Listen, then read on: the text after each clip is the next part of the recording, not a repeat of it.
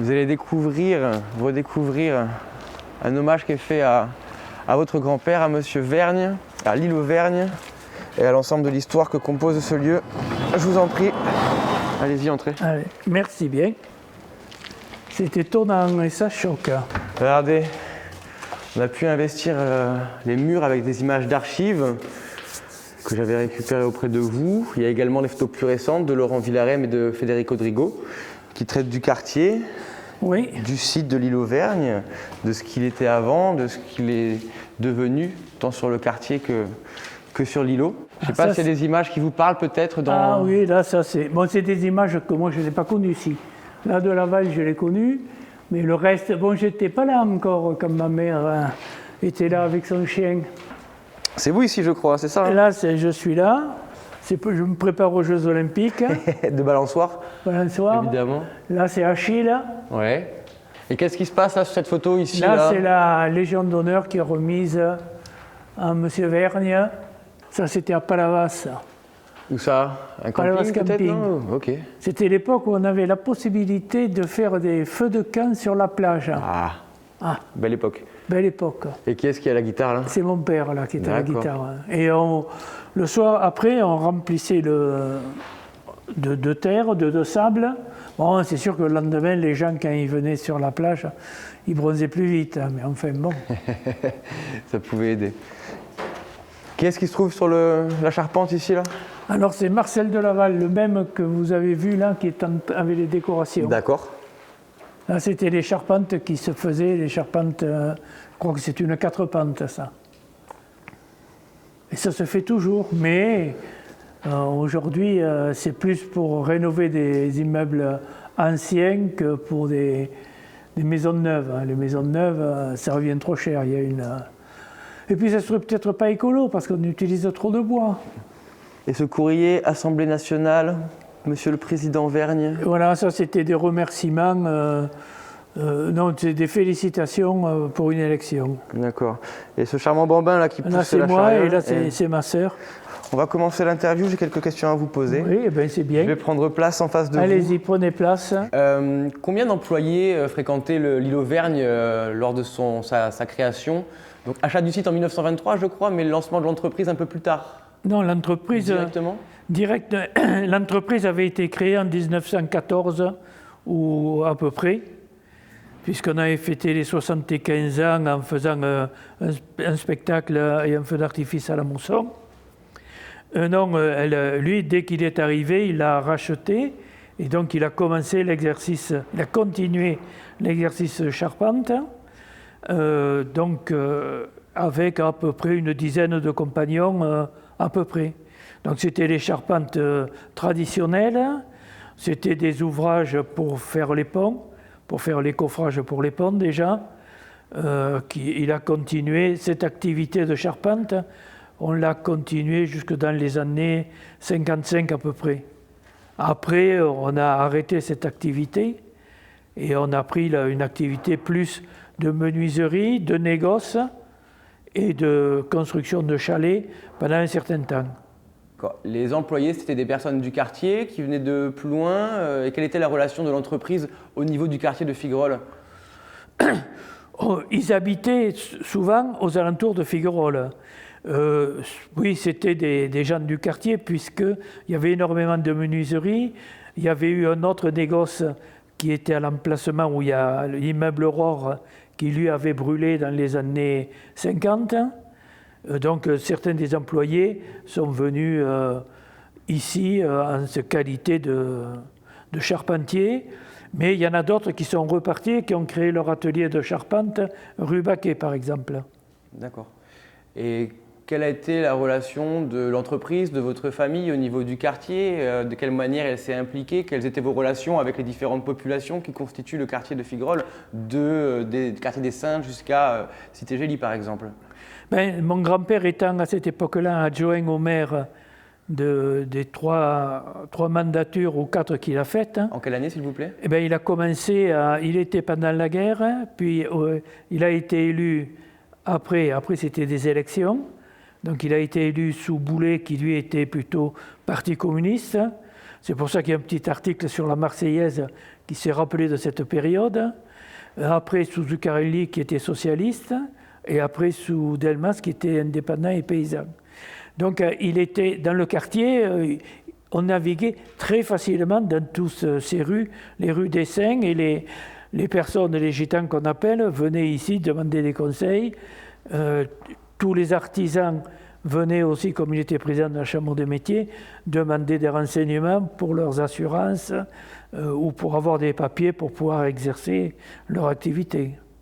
D'accord. Parce que, donc, je ne sais pas si je dois cacher votre âge, mais vous avez aujourd'hui environ 75 ans, il me semble. Ben, je l'ai dit, hein. Oui, je fais faute de politesse. Vous êtes donc né sur le site de l'île Auvergne. Je suis né sur le site. Hein. Vous y êtes encore aujourd'hui et j'imagine que vous avez également de nombreuses anecdotes et puis vous avez vu le quartier évoluer, vous avez vu le site ici évoluer, vous avez vu ces nouvelles constructions, ces nouveaux hangars aussi se faire, se défaire. Oui, puisque j'ai commencé à construire les hangars, on les a pratiquement fait nous-mêmes. On a acheté les arches et après on a monté les hangars avec les employés, des élévateurs, des tirs-forts. On les a montés au fur et à mesure à partir des années 70 jusqu'aux années 75 à peu près. Donc, mais oui, le quartier il a évolué parce qu'on avait par exemple à côté du bar des Lilas un petit épicier. Et à cette époque-là, dans les années avant 70, il y avait les papiers tumouches qui descendaient sur les fromages. Aujourd'hui, je pense que ça ne serait pas tellement autorisé. Quel autre type de commerce vous fréquentiez justement sur le quartier à l'époque? Eh bien, à l'époque, il y avait ça, il y avait énormément de bons laits qui maintenant ont disparu. Des quoi? Des bons laits. Je ne sais même pas ce que c'est. C'est le lait, oui. Oui. Bon, oui, quand c'est bon. Du bon lait, d'accord, oui. Voilà, c'est donc ils vendaient beaucoup de lait, de crème, de fromage. C'était une activité, il y en avait deux dans le quartier. À la place de Mounir, il y avait une boucherie chevaline. En remontant le faubourg, il y avait une personne qui réparait le petit matériel, qui a disparu et que maintenant ça revient. Et après, tous les gens étaient impliqués, qu'ils soient pratiquants, communistes, anarchistes ou n'importe quoi, lorsqu'il y avait des manifestations ou des mois de Marie, comme on disait, ou des processions, tout le monde, le faubourg était fermé et tout le monde déambulait dans la rue sans qu'il y ait de problèmes majeurs, hein. Bien au contraire. Hein. Oui, c'est un quartier qui a une saveur particulière, qui est très éclectique, qui est populaire et qui a toujours été comme ça, du moins depuis que vous le connaissez. Il y a eu des évolutions? Non, il n'était pas populaire, hein. Il était artisan. C'était de l'artisanat, du commerce et de l'artisanat. Est-ce que vous connaissez du coup certains des lieux qui sont affichés dans cet espace, à savoir la Maisonnée déjà par exemple? La Maisonnée, oui. Vous l'avez fréquenté, votre famille peut-être? Mais c'est surtout ma tante, la sœur de mon grand-père, qui l'a fréquenté pendant des années, la Maisonnée. Oui, c'est plutôt elle que moi, parce que bon, moi j'ai fait mes études dans une école Saint-François-Régis. Donc on était déplacés. Ici à la Maisonnée, c'était plutôt pour tous les enfants du quartier qui venaient. Mais ce n'était pas tellement éclectique, à part les gitans dont l'abbé Coursendel avait créé une école pour les filles, et ils avaient une messe pour eux. Sinon, après, c'était tout. Après tout le reste, c'était une population à peu près, on ne va pas dire de bourgeois, mais oui, de gens de moyens. Il y avait un avocat qui était Espaillac, par exemple. C'est bon. D'accord. Sur la boucherie d'Arry, c'est un lieu que vous avez fréquenté peut-être? Ça, je l'ai fréquenté, mais avant, je fréquentais le boucher qui était avant. Voilà, là je l'ai. Et avant, il y avait une mercerie qui faisait rue d'Arru et rue du Faubourg-Figueroa. D'accord. Il y avait un coiffeur à la place à côté du tabac qui faisait hommes et femmes. Et où il y a la pyramide là, c'était. Il faisait des plats cuisinés. Ok. Mais vous allez chez les enfants de Dari, il me semble, par contre. Moi, j'ai connu le père. Hein. Oui, et maintenant vous allez chez les Maintenant, je connais les enfants. Oui, vous m'y avez envoyé, je me rappelle. Voilà. Vous cherchez des poulets. Est-ce que vous pouvez me reparler du cercle littéraire qui a eu lieu sur le site, dont les réunions avaient lieu aux appartements? Oui, c'était les Cahiers de la Licorne, qui a été très connu dans les années de 50 à 75 à peu près. Il y avait Bécile, le peintre, qui avait fait le monogramme pour eux. Et c'était ici, dans les locaux, bien sûr, dans l'appartement, qui se réunissaient pour pour voir qui c'est qu'ils allaient éditer. C'était une édition qui se faisait mensuellement, non, trimestriellement, je crois, et qui avait un succès au niveau de la ville et de l'environnant. Surtout qu'ils ont produit, si c'est le mot produire, hein, pas mal de personnes qui ont eu des prix littéraires, Renaudot, des prix au niveau des poèmes. Voilà, c'était assez connu. Et derrière là, il y avait aussi Delteil qui participait de loin parce que lui n'aimait pas trop. Par contre, Delteil a été le parrain de ma sœur, d'une de mes sœurs.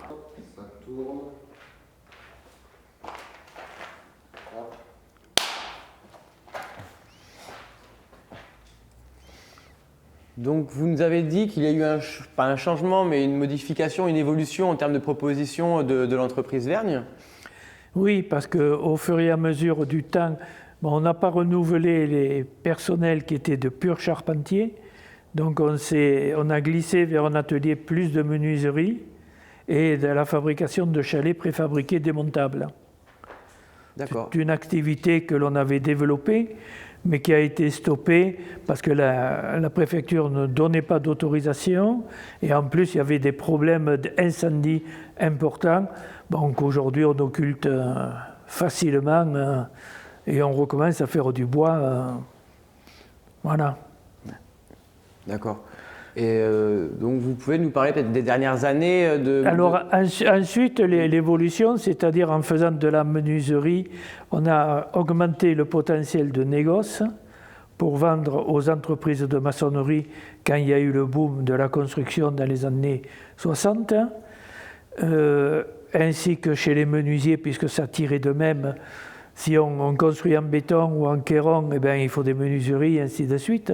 Donc on a augmenter cette activité. Comme on avait un atelier de menuiserie, comme je disais, on a fait ce que l'on appelle des mannequins, c'est-à-dire c'est les coffrages qui sont pour faire les réservations pour les fenêtres, les portes-fenêtres, ainsi de suite, des immeubles. Et on en a fait pour Antigone, on en a fait pour le Corum, pour toutes les grosses sociétés de l'époque qui travaillaient. Bon, on a même eu l'occasion, en tout cas mes employés, de rencontrer Beaufil pour voir si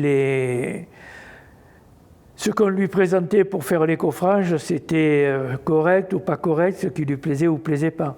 Voilà. Ça c'est une anecdote, entre autres. Hein. Et donc on a continué comme ça, mais après nous avons eu, bien sûr, dans les années 80, à partir de fin 80, 90, les problèmes de circulation pour faire entrer les semi-remorques ici. On avait bien créé un autre entrepôt à Vendargues, mais on ne pouvait pas tenir l'ensemble et on était resté ici quand même à l'intérieur pour pouvoir satisfaire l'ensemble des gens aux alentours avec un atelier de découpe assez perfectionné. Mais bon, les événements à partir de 90, guerre du Golfe, baisse d'activité dans l'immobilier, dans la construction, nous a amené à fermer et à arrêter complètement l'activité. L'arrivée des grandes surfaces de bricolage également peut-être ? Il y a l'arrivée des grandes surfaces, mais il y a eu surtout les gros travaux qui ont été faits dans le quartier, comme le parking Gambetta, qui a traîné à longueur et qui a fait que pendant 2 ans, on a eu une activité réduite. Et bien sûr, les grandes surfaces, dans un premier temps, ne nous ont pas porté tort parce qu'on les livrait, mais petit à petit, nous ont porté tort parce qu'elles se sont livrées directement et bien sûr, c'était des marchés qui nous échappaient complètement. D'accord. En quelle année a cessé l'activité de l'entreprise Vergne? Si mes souvenirs sont exacts, c'est en 1994, je crois. D'accord, d'accord. Il y a eu une période de creux, justement, après? Qu'est-ce qui s'est passé à cette Ça n'a pas été très long, la période de creux, parce que ma mère s'intéressait au côté artistique, et très rapidement, elle a trouvé Immobis, qui lui a trouvé des gens qui étaient susceptibles de venir investir les locaux. Donc le premier, ça a été Garcia avec le Griffi, qui a installé le théâtre. Après, comme je vous l'ai dit, Arpro, Ardec et le théâtre du Nouveau Monde, c'est les premiers qui sont venus. D'accord. Et au fur et à mesure, les gens se sont installés. Les derniers à s'installer, c'est plutôt dans les années 2000, avec la rampe, ainsi que la friche de Mimi, célébrée au son du canon. Il y a eu beaucoup de passages par rapport à cette activité culturelle. Il y a eu de nombreuses compagnies, de nombreux collectifs qui sont venus travailler sur le site ici. Je ne sais pas si... non, bon, il y a eu des collectifs qui sont venus, mais c'était plutôt des associations, pour beaucoup qui avaient leur bureau ou qui faisaient des répétitions, plutôt que des créations, beaucoup de créations. Et ils ne le faisaient pas spécialement dans le quartier.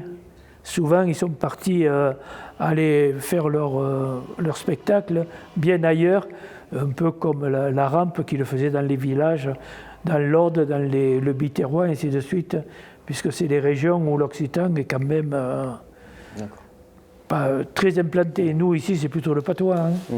Vous étiez investi d'une manière ou d'une autre dans l'activité qui avait lieu ici à cette époque-là? Je me suis investi, oui, parce que bon, certaines à la friche de Mimi, c'est moi qui ai construit le premier entrepôt qui était devant, qui était démontable, qu'ils ont pu récupérer pour le remonter ailleurs. Et au fond, c'était une salle pas de spectacle, de présentation. Mais là, c'est à cette époque-là, avant que ce soit la friche de Mimi, c'était M. Kodja qui avait fait ça jusque dans les années 2000, 2002 ou 2003, quelque chose comme ça. Et c'est qu'après que la friche de Mimi est arrivée pour investir les lieux. D'accord. Le théâtre La Vista également, il me semble. Le théâtre de La Vista. Non, La Vista bien avant. La Vista, c'est dans les années... le Griffi n'est pas resté longtemps, ça doit être 98, un truc comme ça, ou 99. D'accord. Et donc une activité culturelle sur ce site-là qui a perduré jusqu'en quelle année? À partir de 2013, vu un accident que ma mère avait eu, je les ai réunis pour leur dire qu'il ne serait plus possible de pouvoir les garder, parce que en cas de succession, de toute manière, il y a les services qui viennent pour voir si tout est aux normes. Comme vous l'avez vu, il y a des petits dégâts, ainsi qu'au niveau électrique, personne n'avait le consuel, à part la friche de Mimi, parce que c'est moi qui l'avais fait, et Arpro Ardex, c'est pareil, parce que je l'avais fait, mais tous les autres avaient un consuel qui était plutôt pas consuel du tout. Donc je leur ai dit que c'était impossible de pouvoir rester, surtout qu'une succession, ça allait nous coûter les yeux de la tête, et que ce n'était pas les loyers que l'on percevait qui allaient nous permettre et de faire l'entretien et de pouvoir vivre et de pouvoir honorer les échéances de l'administration fiscale. Oui, parce que donc votre maman, qui est plus connue sous le nom de Mimi, avait permis à ces nombreuses associations, structures culturelles de pouvoir utiliser le site pour des loyers plutôt modérés. C'était le but de cette plutôt modéré, ouais. Plutôt modéré, oui, plutôt modéré. D'accord. Et donc à partir de 2013, comment ça s'est enclenché justement? À partir de 2013, je les ai réunis pour leur dire que ce n'était pas réalisable ou réaliste. Je ne veux pas dire que ça n'a pas amené de frictions, parce que ça amène toujours des frictions. Mais au fur et à mesure des ans et des explications, je suis arrivé à certains leur faire comprendre qu'on ne pouvait pas faire autrement. Les premiers à le comprendre, ça a été Arderc et Arpro qui sont partis les premiers. Ensuite, bon, on a eu, quand la mairie s'est aperçue qu'il y avait un problème, bon, ils ont pris le taureau par les cornes et ils ont vu que la Vista pouvait s'implanter à la chapelle Gély. Nous, on a mis, de notre côté, on a fait le lien, c'est-à-dire les garder le plus longtemps possible pour qu'il n'y ait pas de rupture avec la clientèle, dirions-nous, ou les spectateurs. Ensuite, ce fut la rampe, qui eux aussi ont compris que ce n'était pas réaliste, surtout vu la qualité des locaux, et qui ont trouvé à s'installer au Rieux-Coulon. Et les derniers, c'est la friche de Mimier qui a trouvé Madame Richard, céramiste, qui avant fabriquait pas des cairons, fabriquait du carrelage. Et en plus du carrelage qu'il y a de chez nous, ils viennent de chez eux, qui les a accueillis. Parce que nous, on avait, j'ai oublié de le dire, juste derrière la voie rapide, fabricant de cairons ou de moellons. Ce qui veut dire qu'à l'époque, on pouvait circuler en camion comme on voulait, faire le bruit que l'on voulait, ça ne gênait personne. Mais eux aussi, ils ont bien été obligés de partir. Et donc on peut dire que l'ensemble des acteurs culturels qui étaient présents sur ce site-là ont été relogés à la suite de leur départ. Hein. Ils ont été relogés, on leur a laissé le temps, puisque certains ont encore quelques broutilles, comme on dit, qui restent calfeutrées dans un entrepôt, qu'ils n'ont pas le temps d'enlever. Mais bon, on leur a laissé le temps, et bon, même après le décès de ma mère, certains sont restés pendant 1 an ou 2 ans dans les locaux en attendant de pouvoir bien aménager les nouveaux locaux qu'ils ont achetés ou loués. Et donc là, toute cette aventure-là, toute cette vie, quelle qu'elle soit, artisanale, ouvrière, politique, littéraire, culturelle, qui a eu lieu sur ce site-là, va bientôt s'éteindre. Bien sûr. Quel est votre ressenti par rapport à tout ça ? Pas grand-chose. Hein. Non, c'est-à-dire que moi, je m'étais habitué intellectuellement depuis bien longtemps, quand j'avais vu ce que l'on devait payer, les travaux, les aménagements qu'il aurait fallu faire, que c'était irréalisable de rester. Donc je m'y suis habitué, donc disons que je ne suis pas troublé, ni je suis serein. Voilà. Vous êtes heureux de pouvoir passer à autre chose. Passer à autre chose, parce qu'il est sûr que depuis 2000, c'était quand même lourd. Surtout en sachant le futur inéluctable hein, qu'il y avait, que certains n'ont pas vu, mais je ne leur en veux pas. Mais ils ne l'ont pas vu parce qu'ils étaient obnubilés par le lieu, par le site. Bon, ils ne voyaient pas le coût réel que ça pouvait avoir de le transformer, de l'acheter, le transformer s'il le fallait, alors que il y a d'autres solutions pour que l'activité continue même à progresser et sans qu'il y ait de rupture. Hein. Parce que n'importe quelle autre solution prise, il fallait que tout le monde s'en aille, il fallait tout démolir parce que ce n'était pas aux normes. Avant qu'une administration se décide, il y a parfois un laps de temps qui fait que toutes ces associations auraient disparu. Hein. Mais je le remarque depuis, surtout, il n'y a pas longtemps, dans les 6 derniers mois ou 9 derniers mois, chaque fois que beaucoup ont été interrogés par des gens pour savoir ce qu'ils pensaient du lieu, ils ont toujours été respectueux du fait que nous les avons aidés plutôt que dans le fait qu'on aurait profité d'eux. Ou que, voilà. Oui, il n'y a pas d'histoire de rancœur, ils sont tout à fait au courant. Non, de la part des artistes d'ici, il n'y a pas de rancœur. De la part de ceux qui ne sont pas artistes, il y a des rancœurs. Quand on a déposé le permis, c'était à peu près ce qu'il est actuellement. Parce que moi j'ai réuni l'ensemble des promoteurs qui pouvaient s'intéresser pendant 3 ans. Donc les gens étaient à même de pouvoir préparer des dossiers, Donc on a préparé, ils m'ont présenté à un moment toutes leurs études, au mois de juin 2017, et là-dedans, moi et mes sœurs, on a choisi des promoteurs qui nous semblaient adaptés à la configuration du lieu, au niveau des artistes qu'il y avait, qu'il fallait préserver un certain temps avant que le permis soit délivré ou autre. Et en fin de compte, à la fin, on a choisi FDI et Marignan. Mais dès le départ, il y avait donc une partie de logements sociaux. Et le reste, après, c'était réparti en logements comme primo-accédants, après quelques-uns en libre et quelques-uns en location. Mais ça a été dès le départ et c'était uniquement un contrat et un contact avec l'urbanisme. C'est l'urbanisme qui nous a donné les lignes, ils nous ont dit il faut une rue qui passe. Voilà, on a fait une rue qui passe, qui nous a dit il faut que ça soit comme ceci ou comme cela. Ils nous ont fait supprimer un appartement parce que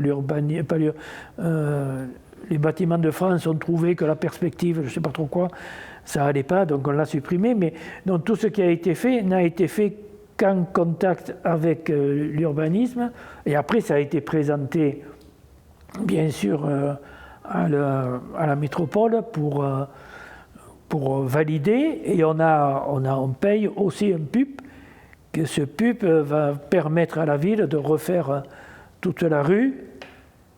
C'est pour l'évacuation ou quelque chose comme ça? Non, carrément toute la rue et les trottoirs, c'est en plus. Et après, bien sûr, là-dedans, il y a aussi les raccordements et ainsi de suite. D'accord. Mais en plus des raccordements normaux, il y a la réfection de la rue qui va se faire aussi. Mais tout a été fait sans... on n'a pas demandé au départ plus que ce que l'on pouvait. Il y en a certains de promoteurs qui m'ont fait des propositions mirobolantes, mais ils créaient davantage de mètres carrés au niveau habitation que ce qui était plausible sur ce secteur. Donc c'était idiot que je passe avec eux, parce que de toute manière, ça serait refusé. Donc il fallait avoir un promoteur qui se range dans les limites de ce que l'urbanisme demandait pour ne pas avoir besoin de demander des dérogations. Parce que quand on demande des dérogations, ça devient politique. Donc nous, on est resté en deçà de ce qui était plausible et toléré. Voilà. Et donc les bâtiments comprendront une ferme urbaine sur le toit, je crois, et une crèche au rez-de-chaussée? Alors la crèche, ça c'était bon. La crèche était déjà prévue au départ. Elle était déjà prévue au départ, c'est-à-dire c'était un local qu'on laissait à la disposition de la mairie pour en faire, et eux, ils nous avaient demandé de faire une crèche. Mais en faisant une crèche, les fondations sont différentes, parce qu'il y a des normes pour les enfants qu'il n'y a pas pour les adultes. Les adultes, on se démerde, nous. Voilà. Et donc, dès le départ, c'était prévu. Alors là, il devrait y avoir une ferme urbaine avec des terrasses végétalisées, mais bon, c'est à l'étude à la mairie, parce que la mairie, il faut que ça rentre dans la possibilité de l'urbanisme. C'est toujours pareil. On propose, on dit on va faire, mais après, s'il y a un mur qu'il faut monter de 50 cm, ça va faire plus haut que ceci, il faut le rabaisser, il faut faire des escaliers qui ne sont pas prévus au départ. Donc après, c'est eux qui sont en train de le finaliser. Le dossier est entre leurs mains, ils ont les possibilités que l'on a sur les meubles. Et après, avec le quartier des Saints, j'ai beaucoup de contacts. J'avais avant des contacts parce qu'il y avait énormément de menuisiers. Mais bon, j'ai toujours eu des bons contacts avec eux. Et donc avec Pato et d'autres qui sont dans les rues des Saints, le quartier des Saints que l'on dit. Mais eux, ils sont là déjà depuis bien longtemps. Hein. C'est des sédentaires que l'on connaît de père en fils. Voilà. Après, pour remonter le faubourg, on va à la cité Gély, c'était avant des vignes qui appartenaient à Madame Gély. Et dans les années 60, 62 je crois, ou 60, oui, bon, donc elle a vendu à la mairie, qui elle en a fait un lotissement. Et au début, c'était surtout pour loger les pieds noirs qui arrivaient, qui étaient employés par exemple à la préfecture ou dans d'autres administrations. Et c'était un quartier très correct. Hein. Des gens avaient des revenus pas modestes, mais de bons revenus. Et le problème qu'il y a eu, c'est qu'il y a eu dans les années 67, 70, la fabrication de ces villas, le plan Chalandon. Oui, non, mais vous êtes trop jeune pour le connaître, ça. Plan Chalandon, c'est toutes les villas que vous avez à Juvignac, par exemple, qui ont été créées à partir de 70. C'était des villas, c'était les premières villas industrielles qui étaient créées et qui avaient des primes, surtout pour les pieds noirs, pour pouvoir y accéder à des prix très très bas. Et donc la plupart de ces gens-là sont partis là. Vous aviez des plans Chalandon qui aussi à Palavas qui ont été faits le long du canal où il y a les arènes là. Voilà. Et donc tous ces gens-là sont venus. Et après il y a eu un problème qui s'est posé, c'est qu'il n'y a plus de mixité. Ça a été une avalanche il y avait les gitans qui étaient c'était déjà où il y a les pylônes du téléphone avant Juvignac, à l'arrivée, à la fin de la voie rapide, à main gauche, il y avait des petites maisonnettes pour les gitans qui avaient été créées. Puis ça a été démoli et donc ils sont venus habiter là. Et d'une chose à l'autre, le quartier s'est dévalué parce qu'il y avait plus de gens de classe moyenne. Les commerces ont tous périclité. Les gens, c'était des personnes âgées. Personne n'a voulu les reprendre parce qu'il n'y avait pas assez de personnes, de mouvement dans le quartier. Et petit à petit, tout a disparu. Pas tout a disparu, puisqu'il y a des choses qui restent. Hein. Mais mais ça s'est détérioré assez rapidement. Ça dans les quelles années à peu près? Ça a démarré dans les années... je m'en rappelle parce que c'était à l'époque où il y avait Pasqua qui était ministre, et il faisait des opérations coup de poing dans le quartier déjà.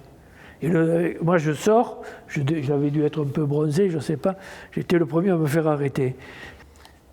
Et donc, ouais, les liens que vous pouvez avoir aujourd'hui les liens, je connais toujours des gens qui y habitent, hein, puisque ma femme a habité là-bas de 64 à 68. Et ma belle-mère y est restée jusque dans les années 75 à peu près. Mais aussi, j'ai toujours il y a des femmes de ménage que l'on a eues qui habitaient là-bas, qui sont venues, qu'on connaît. Puis il y en a quand même des familles qui sont restées là-bas. Parce qu'il y a quelques éléments, quelques camions, je crois, ou quelques moteurs qui sont aujourd'hui dans... Oui, on a récupéré pour faire plaisir quelques moteurs et quelques véhicules. Il y en a un peu moins qu'il y a quelques temps, là. Parce qu'ils étaient à la cité Gély et monsieur le maire, comme il voulait refaire le sol, il les a excités ou incités à partir très rapidement. Alors ils sont venus me demander, j'ai dit, pour l'instant, tant que ce n'est pas démoli, mais sachez que vous devez partir à un moment donné. Nous aussi, on partira voilà. Avant le désamiantage, c'est promis. Très bien, merci beaucoup. Mais de rien. Je pense qu'on a fait le tour.